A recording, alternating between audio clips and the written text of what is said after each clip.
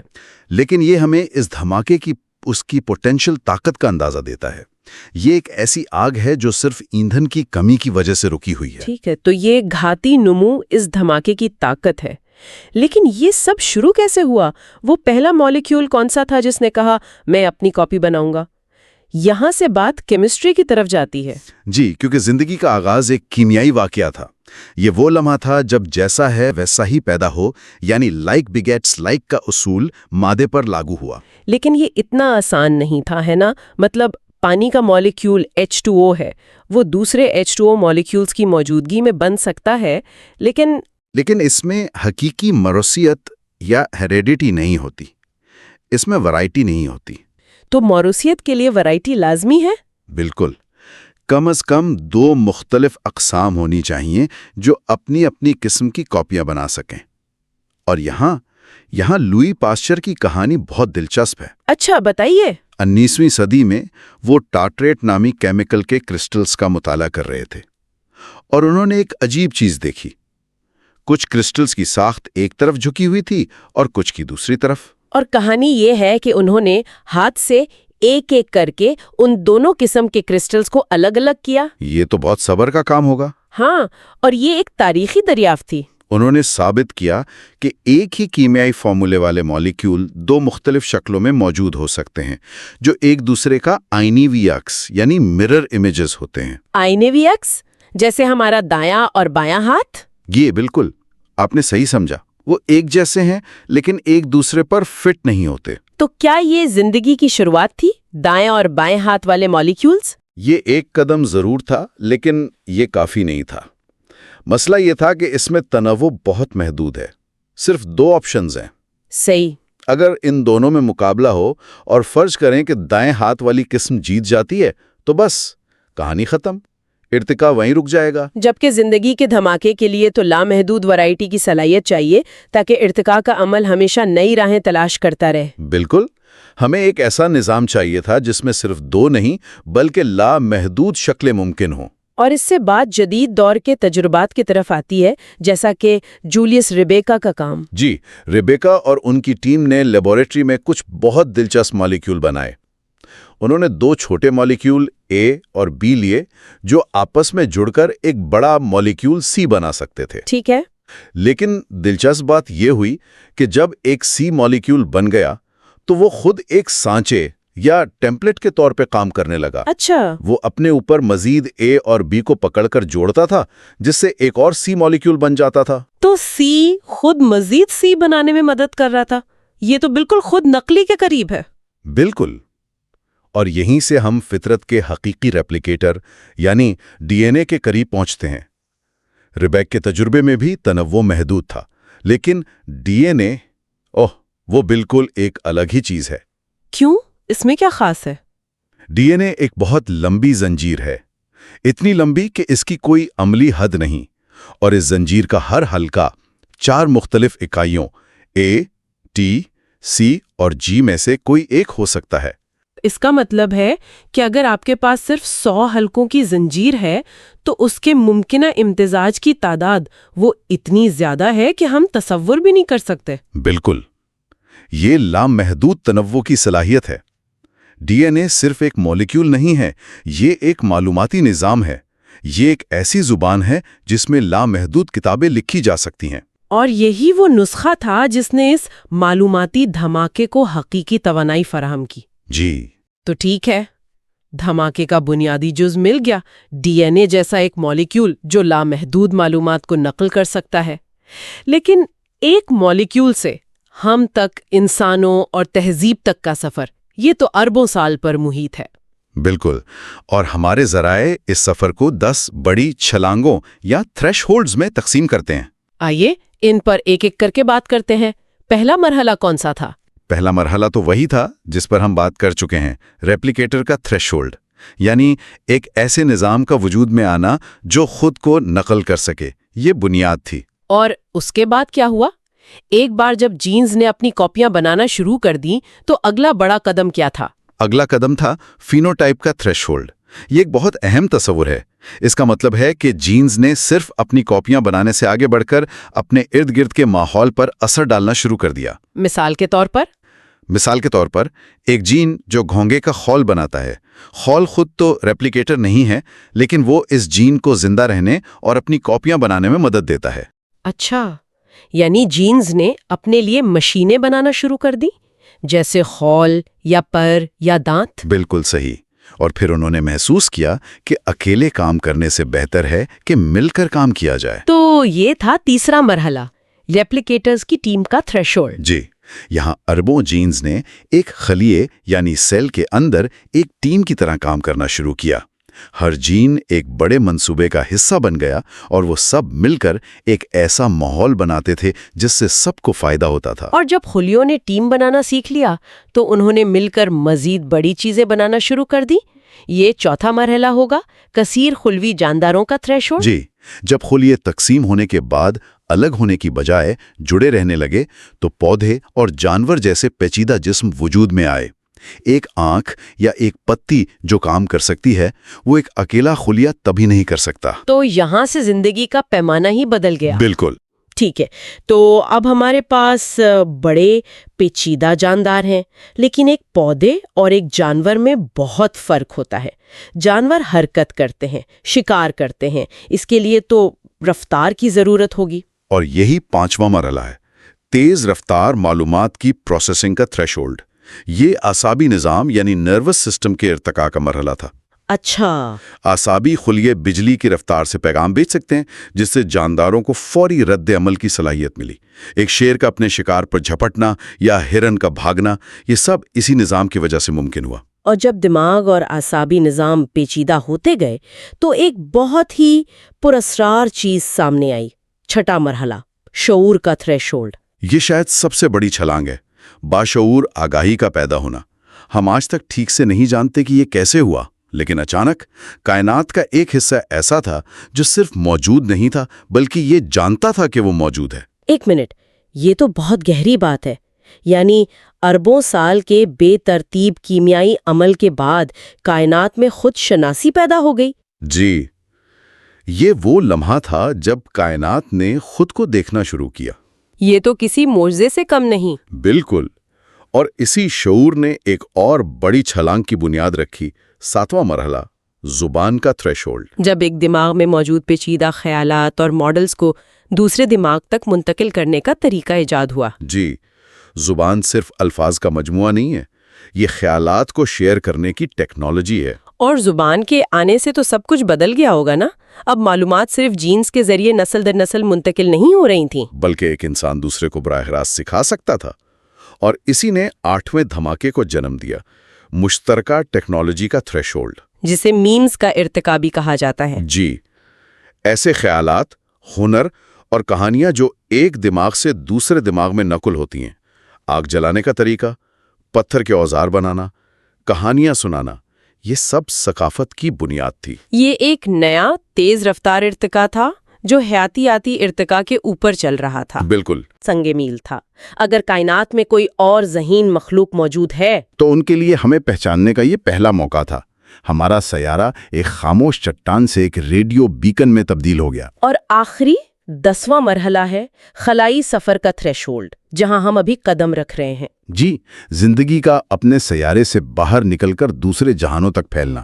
ہم نے چاند پر قدم رکھا، روبوٹس کو دوسرے سیاروں پر بھیجا، اور وائجر جیسے جہاز نظام شمسی سے بھی باہر جا رہے ہیں۔ یہ تکثیری بم کا اگلا منطقی قدم ہے۔ تو اگر ہم اس پوری کہانی کا خلاصہ کریں، یہ ایک ایسے کیمیائی مالیکیول سے شروع ہوئی جس نے خود کو نقل کرنا سیکھا، جی، پھر اس نے اپنے لیے مشینیں بنائیں، ٹیموں میں کام کرنا سیکھا، پیچیدہ جسم بنائے، تیز رفتار دماغ تیار کیے، اور پھر شعور، زبان اور ٹیکنالوجی کے ذریعے ایک بالکل نئی قسم کا ارتقا شروع ہو گیا۔ اور اب یہ اپنے سیارے سے نکل کر ستاروں کی طرف پھیلنے کے لیے تیار ہے۔ بالکل، اور اس سفر کی سب سے خوبصورت علامت شاید وہ پیغام ہے جو ہم نے خلا میں بھیجا ہے۔